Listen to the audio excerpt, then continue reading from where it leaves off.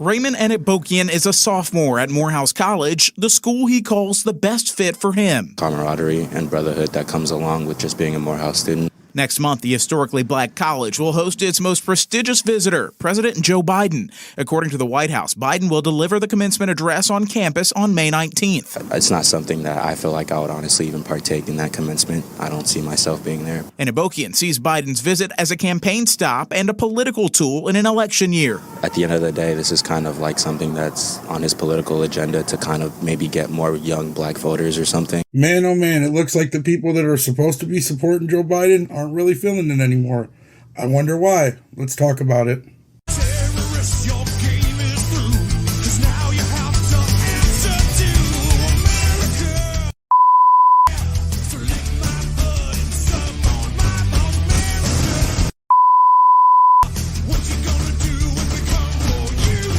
What is going on, everybody? Welcome back to the channel. We're not going to say too much. I'm just going to say this. If you could, please make sure to watch a majority of this video. It really helps us get us in the algorithm.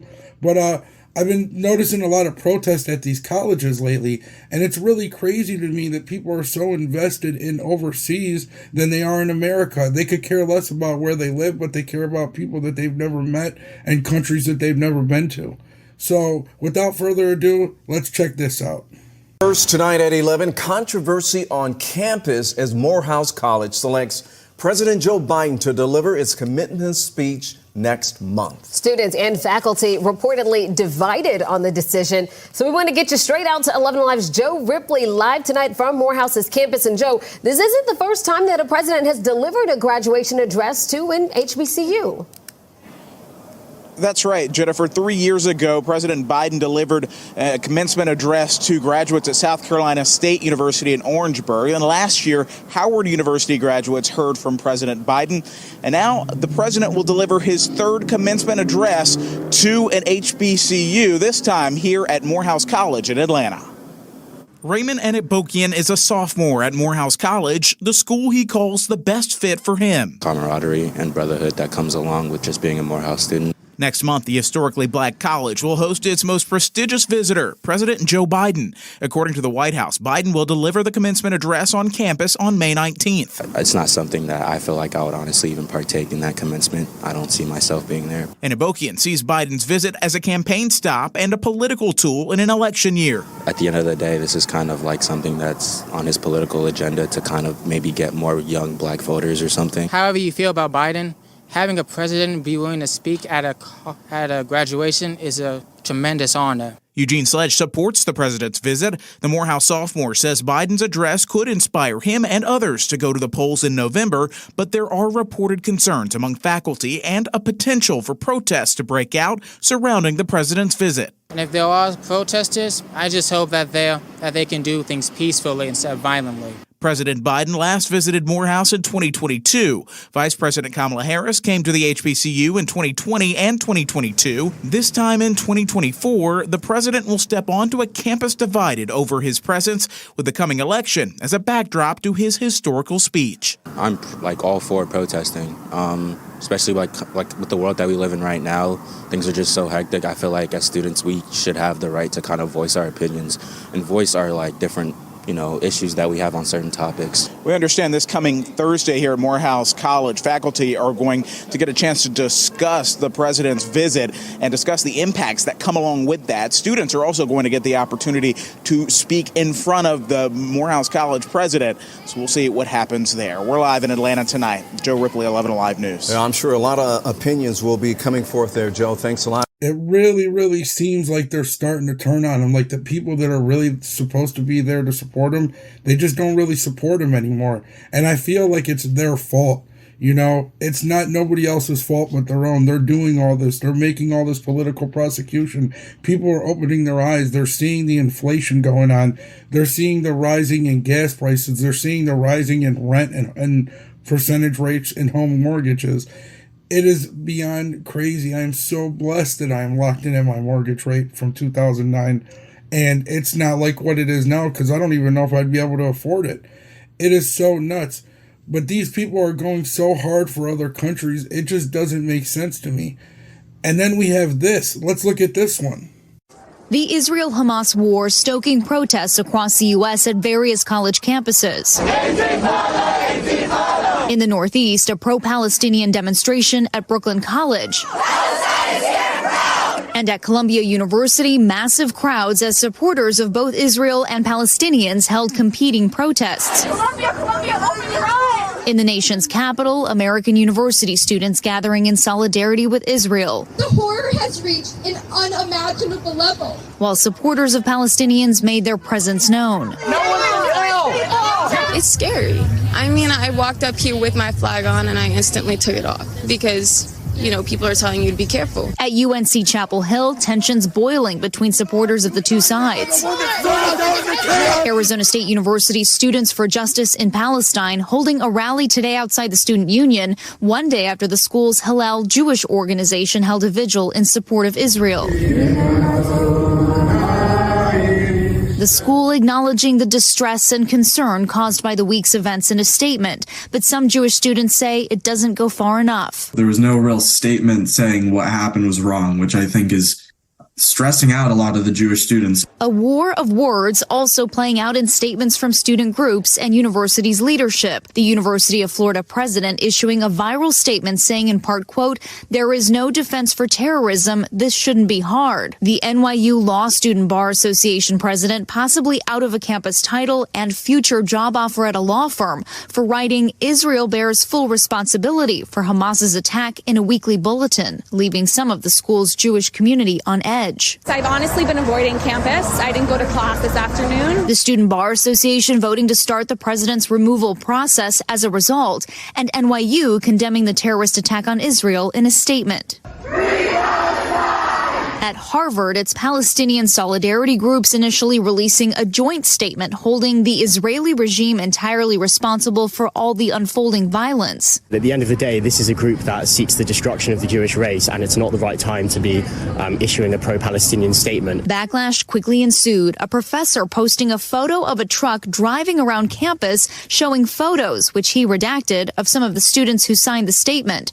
Some groups formally apologizing and retracting their signatures, while over 4,000 members of the Harvard community signed a counter statement. There's a lot of tension. A lot of people have missed class. Harvard's president condemning the terrorist atrocities perpetuated by Hamas, emphasizing that the student body does not speak for Harvard University. I feel like Harvard very visibly and loudly stood by Israel, but I don't hear the same frustration for the blood that's been shed for the Palestinians. Students across the country wondering whose voices will be loudest. Valerie Castro joins us now from our studios in New York. Valerie, with so many demonstrations around the country there, are there concerns that things could become violent? We know a former Hamas leader has called for Friday to be a global day of anger. Is the NYPD doing anything to prepare for that possibility in New York? Well, Allison, we should say for the most part, the protests and rallies, though they have been tense, they have remained relatively peaceful, or at least without any major violence. But an NYPD spokesperson tells NBC New York that all officers will be in uniform tomorrow around the city, and there will be added patrols in key areas, including schools and houses of worship, as a precaution. New York Governor Kathy Hochul spoke just within the last few hours at a press conference. They were discussing plans to ensure the safety and security of New Yorkers. She had some very strong words. Take a listen. I want all New Yorkers to feel confident going to a synagogue, going to school, walking to the streets of New York and throughout our state over the next few days. And those who seek to use Hamas's violence as justification for violence of their own, we have no tolerance for your hate. I condemn violence of every kind in New York. And I want to be clear. When I say every kind, that's exactly what I mean. The governor also went on to condemn any hate directed towards Palestinian New Yorkers, saying, quote, "a community that is cherished and respected in our state." It's important to note the NYPD says it has not received any new specific or credible threats.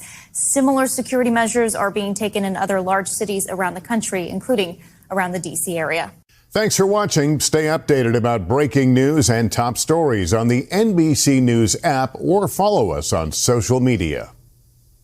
You got these college students on both sides, and it's like, Why do all this? You don't live in these countries. You live in America, and you don't even go this hard for America.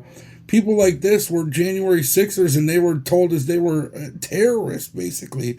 So how is this not the same? I mean, we have people getting arrested. We have people going through all kinds of crazy stuff, bro. Like, look at this. I just seen this the other day. Get on the ground. Get back. Get back. Back up. Disperse. Disperse. Disperse.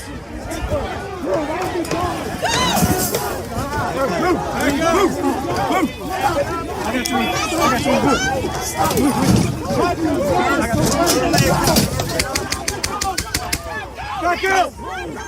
Back up! Back up! Cut the ball legs and disperse. Back up!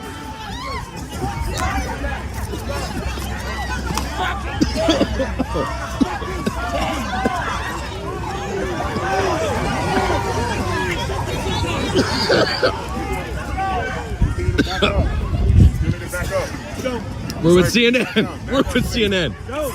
Bro, go that way. We're with CNN. Move. We're with Move CNN. that way. Dude, this was in Atlanta. This isn't even in Palestine. This is in Atlanta. Why are they protesting so hard and causing such a crazy disturbance amongst other people in America? It just doesn't make any sense. Like, people think that I don't get it. This is illogical to me. I never understood things like this. If you want to be so pro-Palestine or so pro-Israel, why don't you go to Palestine, or why don't you go to Israel and fight for the cause? Do what's right if you feel that that's what's right, because this isn't right to me. Yo, these people got let out of jail too just recently. Check this out. Coverage continues tonight with Atlanta News' first Bridget Spencer live from the DeKalb County Jail. Now, Bridget, a number of people gathered there as protesters from yesterday were released.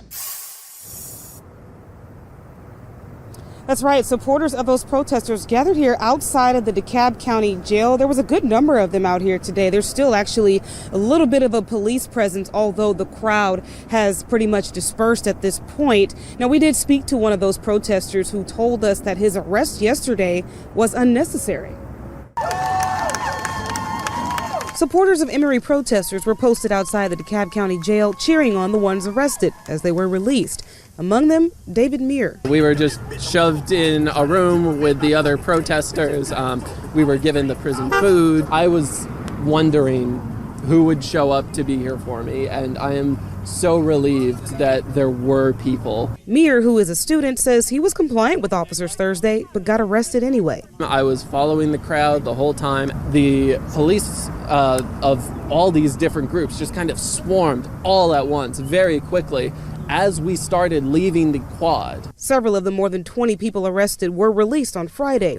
The Southern Center for Human Rights has been helping the protesters find legal representation. We felt the need to ensure that people had access to counsel and that they were able to have a fair shot in court. Devin Franklin says he used to work as a public defender, and he believes what he saw was excessive force. The cornerstone of American democracy has been dissent. It has been people standing up and exercising their voice and saying that we don't want any more. See officers spearing and football tackling young people and women, when you see people being tied down and held on the ground and tased at that same point in time. The question about whether it's criminal trespass or not is it's kind of secondary. In a memo Friday morning to the Emory community, President Gregory Fenves says, quote, "We're committed to working with students and faculty, open expression observers, and the EPD to facilitate their peaceful expression. However, we will not tolerate vandalism, violence, or any attempt to disrupt our campus through the construction of encampments."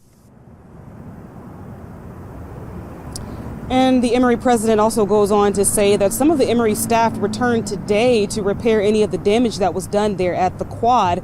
Meanwhile, Devin Franklin, he does say they're still working on getting legal representation for a lot of these protesters that were released from jail today. We're live in DeKalb County. Bridget Spencer, Atlanta News First. Also tonight, we are hearing from Atlanta police about yesterday's arrests. A statement reads in part, APD assisted the Emory police in securing the campus when a group of protesters refused multiple requests to disperse peacefully. Unfortunately, during these interactions, our law enforcement officers were met with violence. APD is currently reviewing our body-worn camera footage to determine if our officers made any policy violations. Man, I wouldn't even have freed these people. I would have just kept them locked up. They obviously aren't going to learn their lesson. They're going to get out and do it again and just be completely ignorant about it. And unfortunately, we're just going to keep allowing it because we're just going to let these people keep running the streets like a bunch of morons. If these were a bunch of white protesters for Trump, I will guarantee it right now, they would all be white terrorists and they would be thrown in prison just like they're doing with the January 6ers.